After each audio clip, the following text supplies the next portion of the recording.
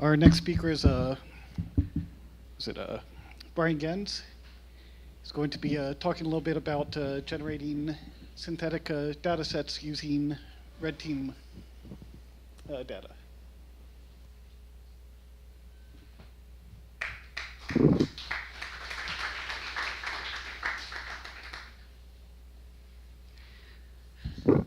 Thanks. My name is Brian, and what I can tell you, when Ryan's talking about not being an expert data science, I'm going to be the first one, well, I guess the second one to raise my hand and say that. But I'm going to tell you a little bit about the story about how I got started down this path and where we went with some of these experiments. So the talk is called Labeling Red, Harvesting Label Data from Adversary Simulations. We'll go through a brief introduction. Everyone's talking about MITRE ATT&CK this year, last year, so I won't spend a lot of time on that, but I just need to tell you a little bit about that so you understand kind of where our journey has been in the past couple of years, and then how we came across the idea of using this to generate labeled data, and then some EDA or exploratory data analysis on a data set from Bro, Alzik, and then a simple example, a worked example of a machine learning scenario.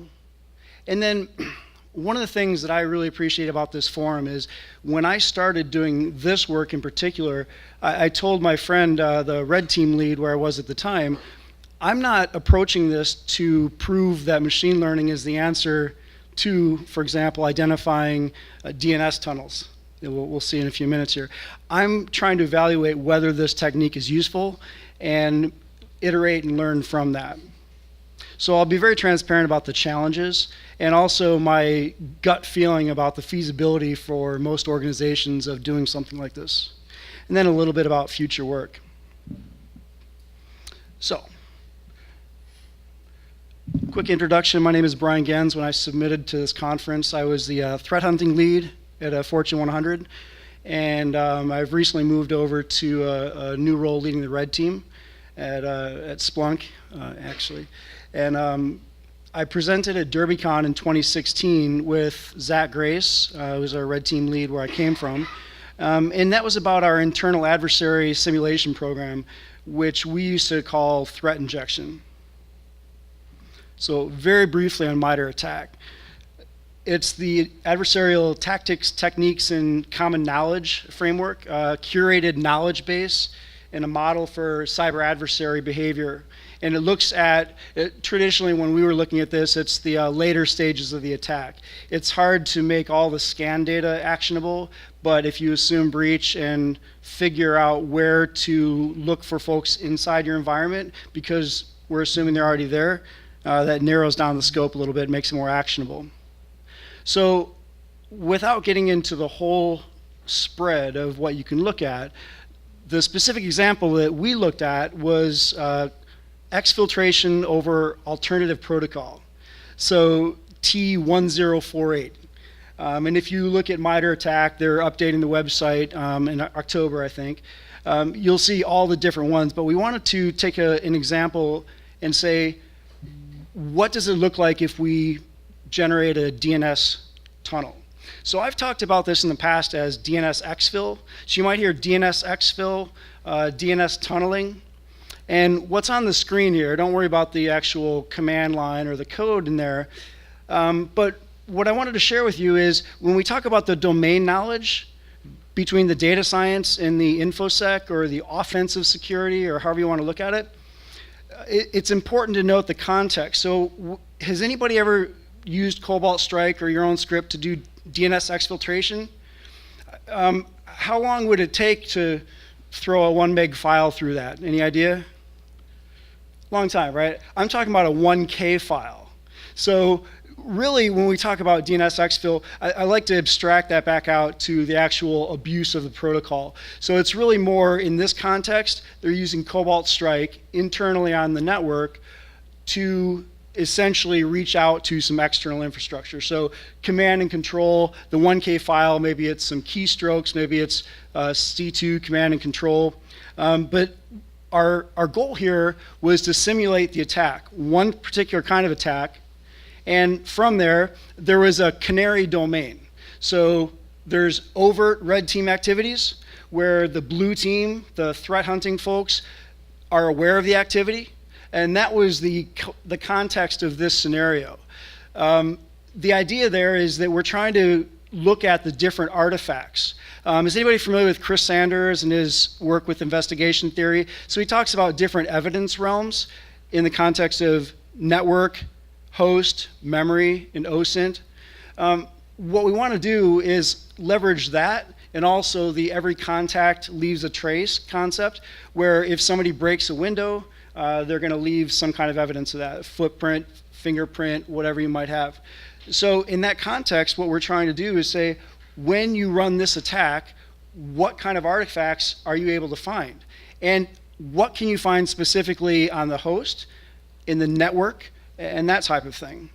Here we're able to isolate the observations, the rows in the logs. We've got Wireshark here. In a few minutes I'll show you the bro logs that are in Jupyter Notebook. But the idea is to make this as discrete and focused as possible so that we're able to follow the example, kind of like a barium trace through, and see if we can see it on the other end. So the idea was, if we were sitting in the lab and you've got red team next to blue team, I'm not making this up. The first few times that we did this, my friends on the red team sitting with us, in our purple team, whatever you want to call it, our joint adversary simulation group, when they ran an attack, something a little noisier than this, they'd sort of look at my screen and all the monitors to see if everything's lighting up.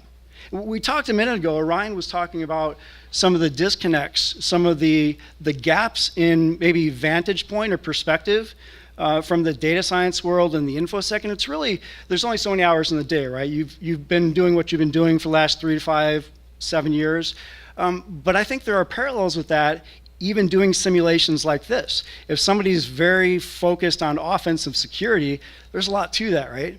If somebody's very focused on defensive, digital forensics, incident response, maybe they're getting into network traffic forensics, or network forensic analysis, memory forensics, whatever the case might be, sitting in the room together, having that joint approach, lets them run the attack on the red team side, and on the blue team side, when they say, actually, nothing lit up, there's nothing going on. And then you work backwards from there to the instrumentation. What sort of monitoring do we have in place for that kind of realm? And we might look at them and say, well, we don't have event ID 7045. That's what we're expecting. So you can apply that same thing and create labeled data, because I know I watched them click the button, write the code, execute that code.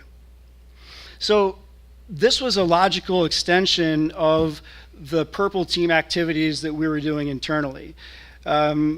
It was a natural evolution because we were already tracking these activities. So here are the 304 log entries that we just generated with Cobalt Strike, doing a DNS tunnel, DNS Exfil of a 1K file.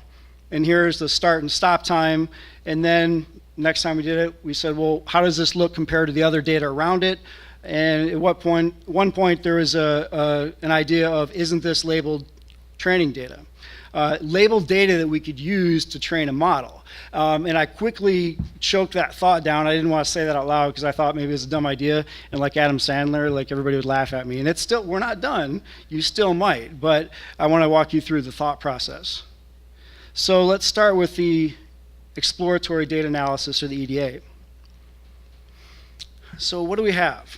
As Ryan mentioned, the BRO project, if you can see on the bottom right there, has been renamed to Zeek, Z-E-E-K, as of yesterday. And this is a cheat sheet, or part of a cheat sheet on the left. You don't have to be able to read all of that, but just to show you the idea that for each of the types of logs in the BRO logs, there are particular fields. And in our case, for whatever reason, with the network vantage point and other decisions, we knew, for example, that we might not have DNS responses. So that factors into what data is available for you to work with. Is anybody familiar with the Griffin data science virtual environment? So this is from Charles Guivray and another gentleman. I can't remember who all maintains that, but right or wrong, I think of it as sort of the Kali Linux for data science, and I find that it's very useful. It prefers to run in VirtualBox, last I checked. And a couple of people that were asking, you know, how do I get started? I'll have some resources, 5 or 6 of the books at the end of these slides, which will also be posted. But, you know, that's where I've been. And as I've worked through these things, I've looked for tutorials. I started a graduate degree in a data science program and actually got more out of some self-training and data camp and things like that. But I want to share some of the tools and also some of the resources that kind of get you from zero to hero or started down that path, and then other things will present themselves. Has anyone heard of Bro Analysis Tools, or BAT? So this is maintained by Brian Wiley, who I imagine is at the Bro conference. I've got a shout out to him at the end of the slides. I love the work that he does, really gracious, generous guy. I had a question because the data frame object that he has here is a little bit different than the pandas data frame. We'll see that in just a minute.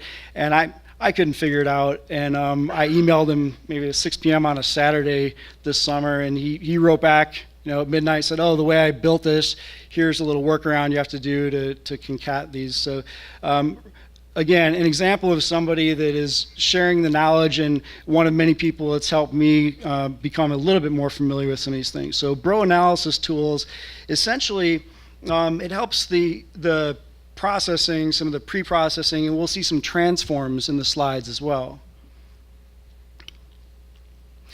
So the first thing we're doing is looking at the imports, and we load the Bro DNS log file.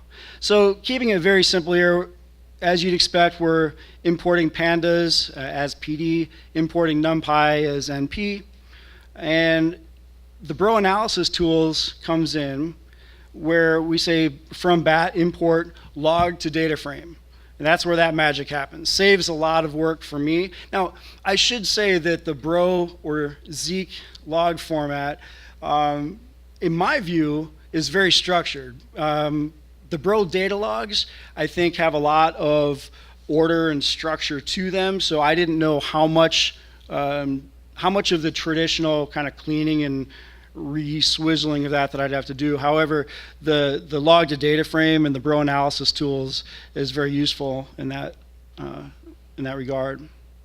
So again, some very minor data cleaning, and just for awareness here, what I was doing was live data, so the data around it is actual, you know, prod network data, and then this was sample generated data. So I have changed the octets to 10.1.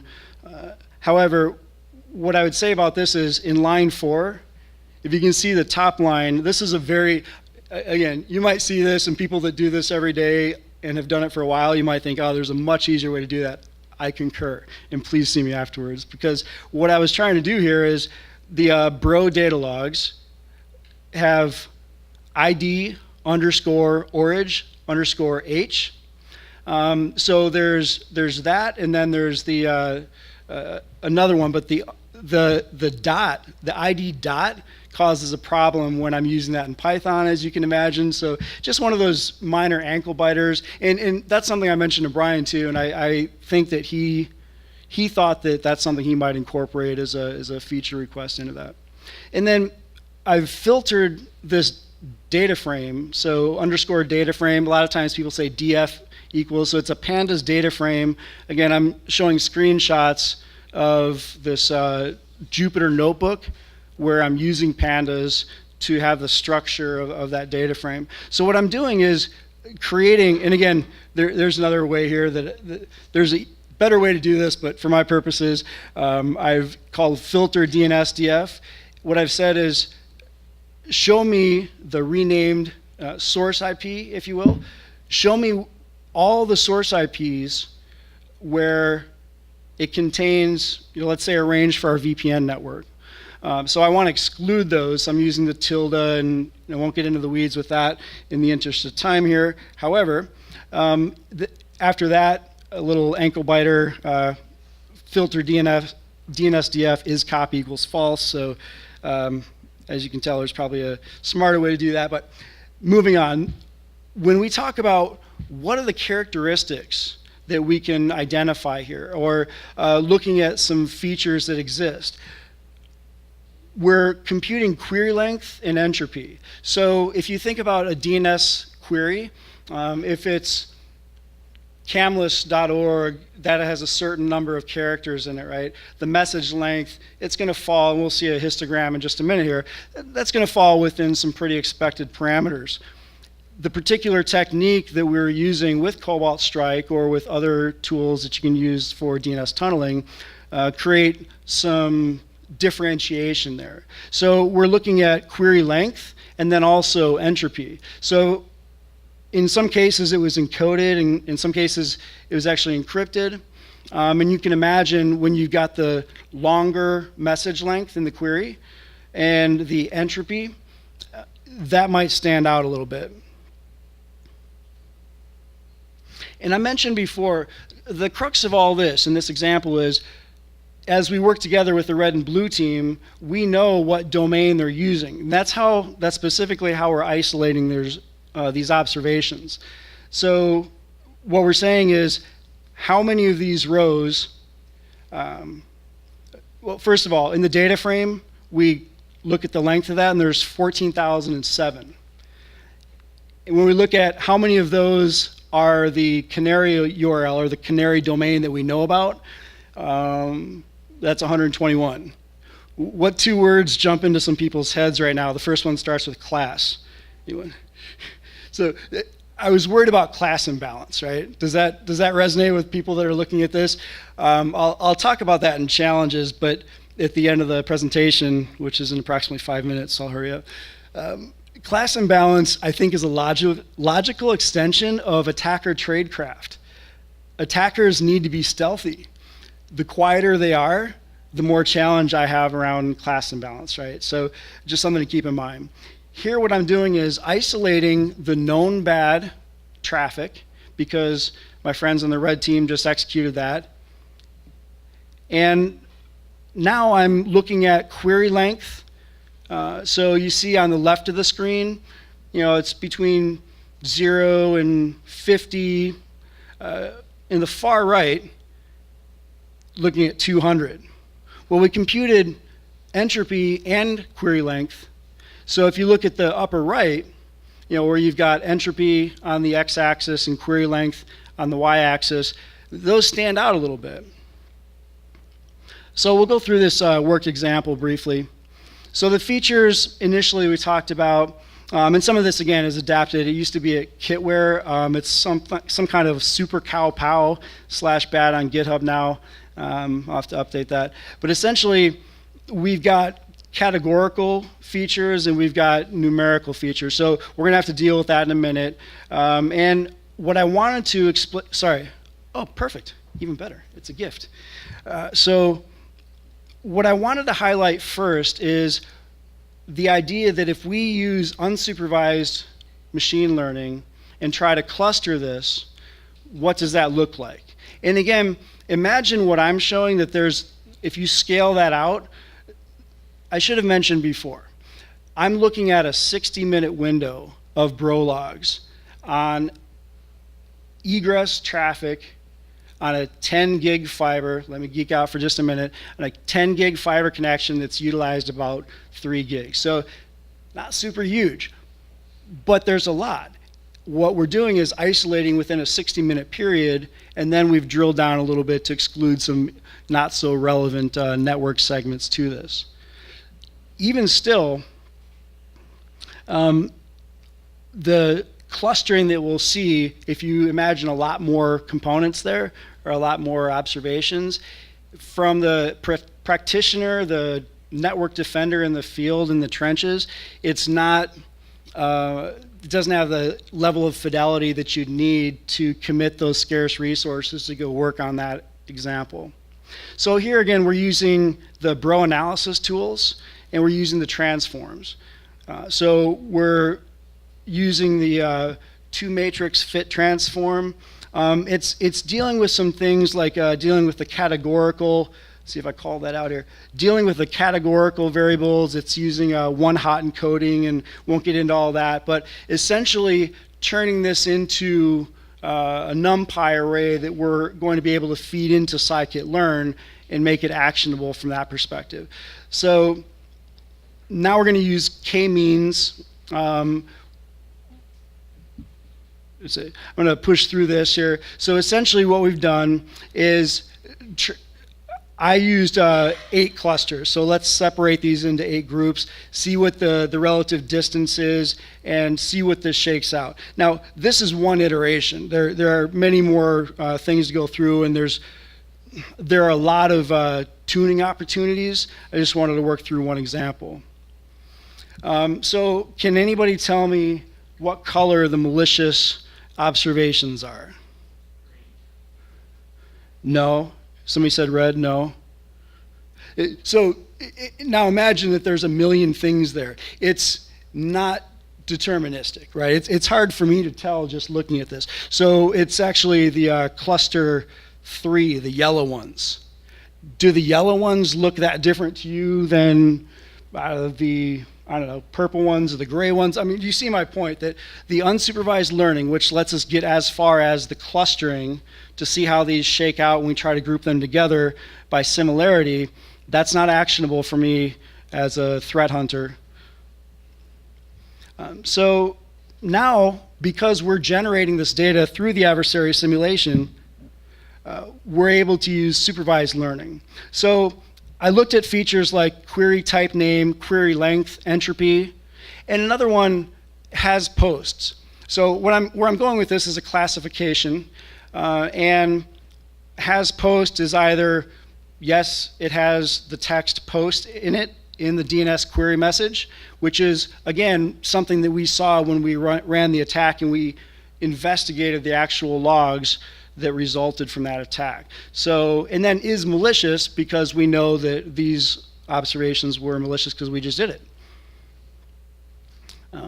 And here's the categorical data again. We've used the one hot encoding. And then with scikit-learn, we are using some libraries to essentially split the data into train and test set. I think I used, I'll just leave that alone. So, yeah, so 20%. And essentially what we're doing is we're training a classifier, and then we want to make a prediction.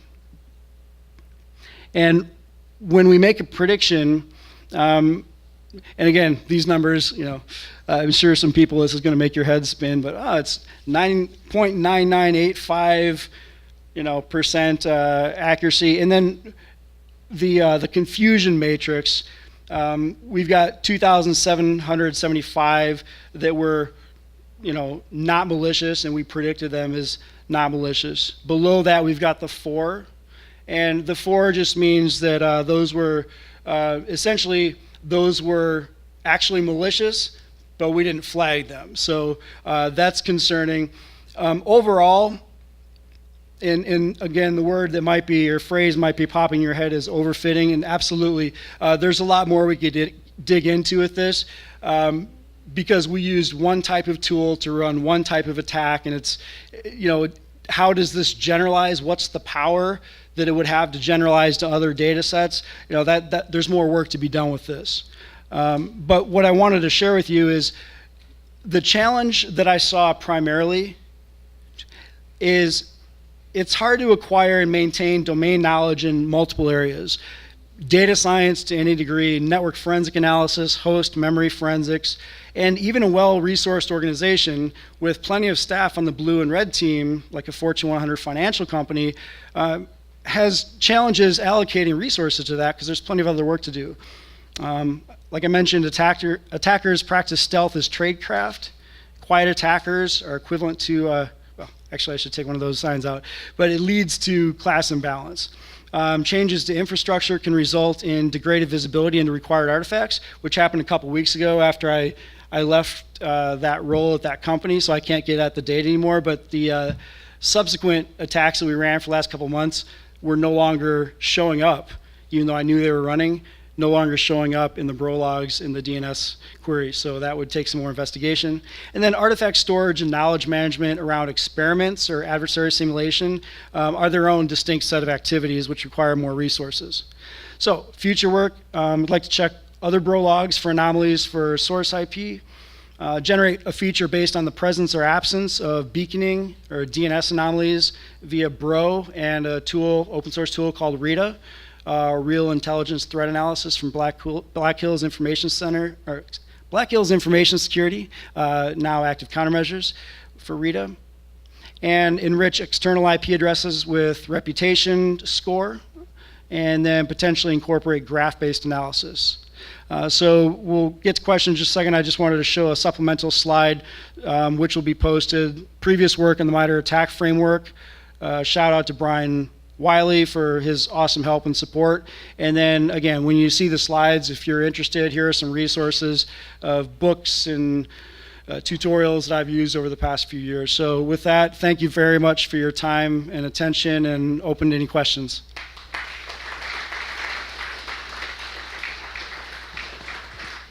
So I have a quick question, just kind of tying back with the last talk, where one of the big themes is asking the right questions of the data.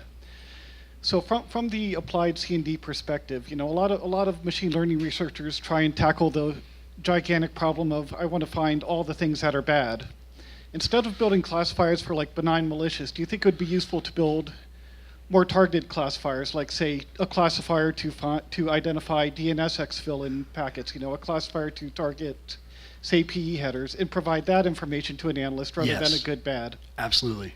Yeah, I see where you're going with that, and yeah, in this case, we're trying to start small. Now, the intimidating part of this effort is if you look at the whole MITRE ATT&CK matrix, the post-exploitation matrix, this is just one small piece of that. So it'd be hard to get through all that. But one of the things that we did towards that end is built out a phantom playbook to go ahead and automate and enrich some of those pieces. And then if you take something like SubT and Red Canary, they've got I'm drawing a blank now, Atomic Red Team, ATR. So there's a Slack channel if you want to get on Atomic Red Team. That can help scale it out because it can initiate these attacks on a number of techniques.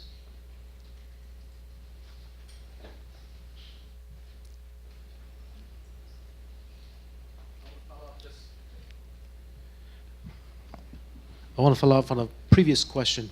So think about how defender like you can help data scientists, machine learning researchers. How would you define or characterize the type of thing you're looking at, right? Because when you show those scripts, you kind of know what you're looking for. Mm-hmm. But general data scientists, machine learning researchers do not have an idea what they're looking for. They'll create a set of features that may not be relevant at all. Yeah. So, and I can imagine that translating that into some kind of cookbook, if you may, right, for data scientists might be helpful, but the delay of that may not be helpful, because maybe by the time that you guys done with that, maybe new set of things popping up. Sure. Your thoughts on that, right? Is that a scalable, feasible way to bridge that communication? In my opinion, yes, I think that's a valid approach. From a pragmatic standpoint, I feel like it's useful to put folks with one set of domain expertise in a room with the folks with the other one, work through examples, and I think that conversation evolves and both sides learn the language of the other, the context a little bit. So in my opinion, the best way forward with that is just to have some of these joint missions, if you will, and categorize and canonize and collect and manage the knowledge that you learn from that. I would go that route rather and then expand outwards. So kind of a comment and a question. I saw you had meta up there from Chris Gates. Yeah. So what they're trying to do is like automate that adversarial simulation. So maybe having that, they have scenarios for you too. So maybe having that in your feed loop for like your models and testing, things like that. And there's your cookbook too if there's scenarios. Oh, that's a good point. And then I was wondering, I saw that up there. So are you guys trying to basically cannibalize your scenarios and put them in there, or what are you doing with that? So, fun fact, we bought Phantom at Northwestern Mutual earlier this year, and I was driving, pushing, leading that. My good friends on the red team that I work with all the time immediately wanted to automate the attacks. And I said, think about two different flood zones, if you would. And the red team, you've got 100 sandbags all around, and they're stacked 6 high. And on the blue team, you know what we look like in general, and it's hard to keep up, but let's say there's a couple gaps over there maybe. And I said, what you're going to do is stack that to 300 high by automating the stuff with Phantom. I said, no, first we use it for automating and scaling out defensive capabilities, but the next piece is, yes, automate that with the red team, however you come up with a corpus of techniques, but include in the automation the capture of, so there's Red Mirror. My friend Zach Grace just gave a talk at DerbyCon. So if you looked at Iron Geek or whatever, you can see Red Mirror about offensive telemetry, and then mirror that on the blue team or defensive telemetry. That's where you've got some power, because you can correlate those data sets, because you know start, stop characteristics of each. That's a good question, though. Cool. Hi. So you kind of touched on this earlier about the overfitting sort of idea. I've actually run into this problem as well, and I'm hoping you can help. Basically, like when you're running an offensive tool, there's always more parameters you can tweak, always different, scenarios, different like pieces of the tool you can use. Like, have you found anything useful for saying, okay, I have enough data and I can generate, something that is good from this data? So the farthest that I got with that was, and this is not very scientific, just anecdotally, I thought if we rerun different variations of this talk, just make it kind of a patchwork quilt of different types of Cobalt Strike or a Python script that we wrote or some of the other tools, and then incorporate that. So there were many attacks that we ran June, July, August, September, and I had to get back to those data sets, and I just recently discovered that none of those made it through to the DNS queries. So had a good start on that, but the data didn't come through, but that was the general approach, and it makes me very sad that that happened. But live and learn. We have the tools, we can rebuild it.